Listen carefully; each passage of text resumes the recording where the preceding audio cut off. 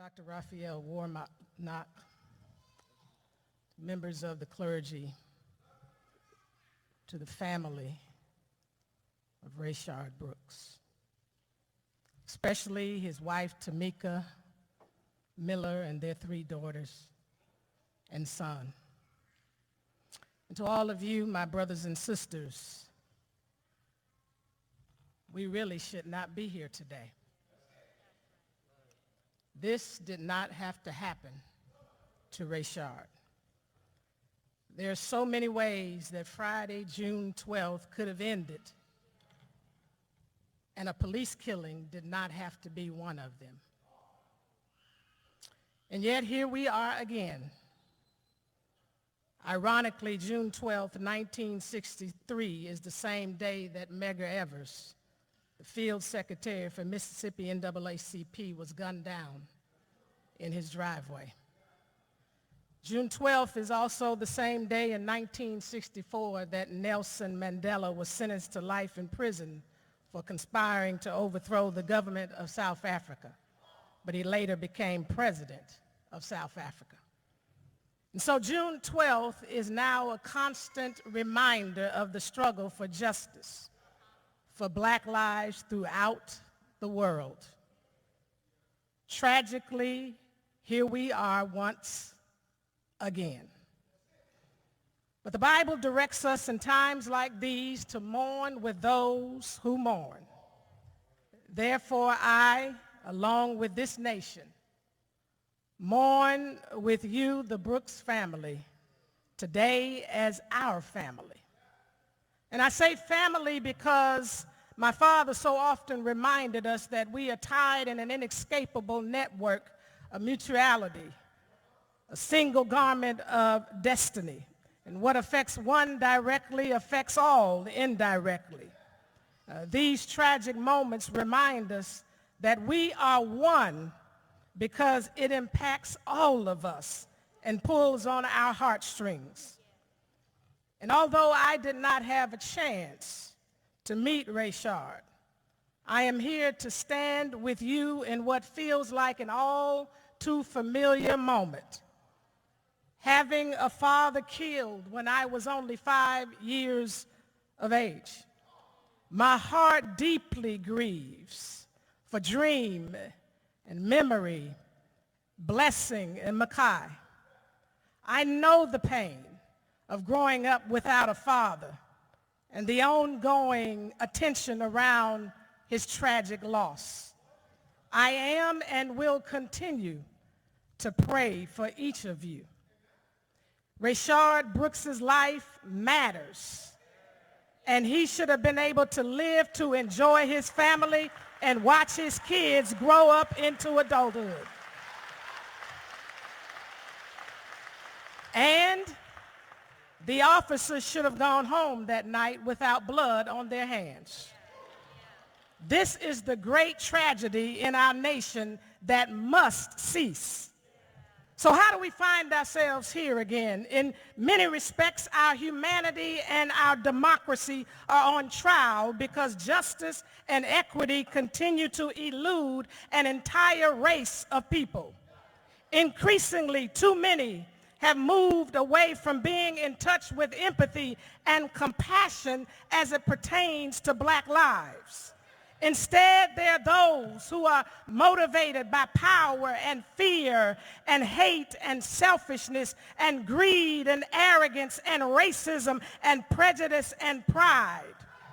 Unfortunately, this leads to people making decisions that are damning, damaging, and destructive to human lives. We are here because individuals continue to hide behind badges and trainings and policies and procedures rather than regarding the humanity of others in general and black lives specifically. And what's especially troubling about this killing of an unarmed man is that this time it hit our home base. This happened in Atlanta, the city that is supposed to be too busy to hate.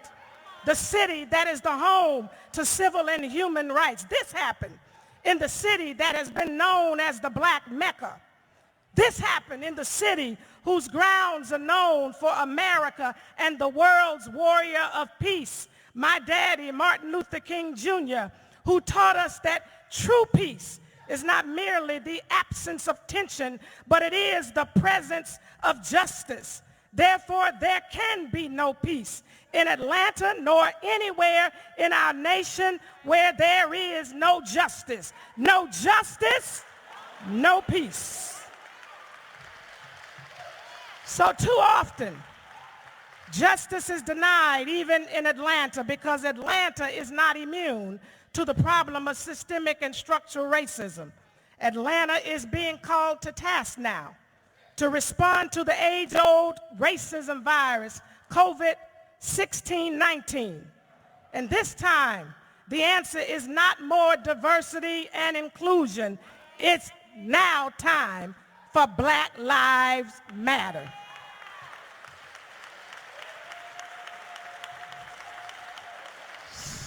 So where do we go from here?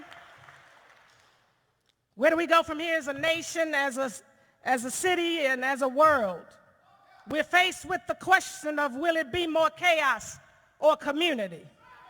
If we're going to travel that road of building the beloved community that my father talked about, then we have arrived at a point for a necessary shift, which demands a revolution of values. A revolution of values requires that we move from a thing-oriented society to a person-centered society where Black lives matter. A revolution of values requires that we finally accept the founding document of our nation that all men and all women are created equal. And since all men and all women are created equal, then Black lives matter. A revolution of values means that we invest in racial equity to ensure equality with regard to the matter of Black lives. A revolution of values means that nonviolence must be more than a tactic, but a way of life for all. If we miss this moment, we will find ourselves returning again and again to a pathway of chaos and self-destruction. So to all of my activists, to all of my organizers and people of goodwill, we cannot stop our cry for justice and our fight for freedom. We cannot stop our demonstrations until our voices are heard and our demands for police reform are met.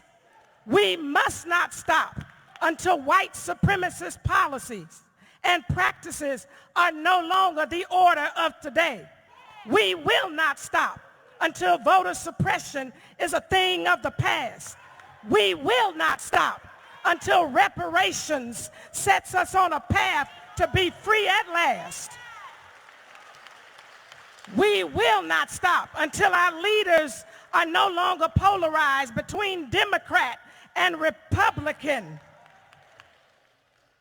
but are united in a clarion call for healing and just and equitable policies that overcome the racial disparities.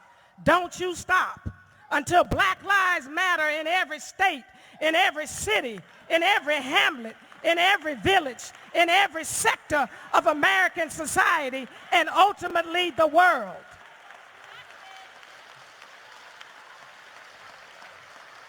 And I close that in honor of Ahmaud Arbery, in honor of Breonna Taylor, in honor of George Floyd, in honor of Rayshard Brooks and countless others.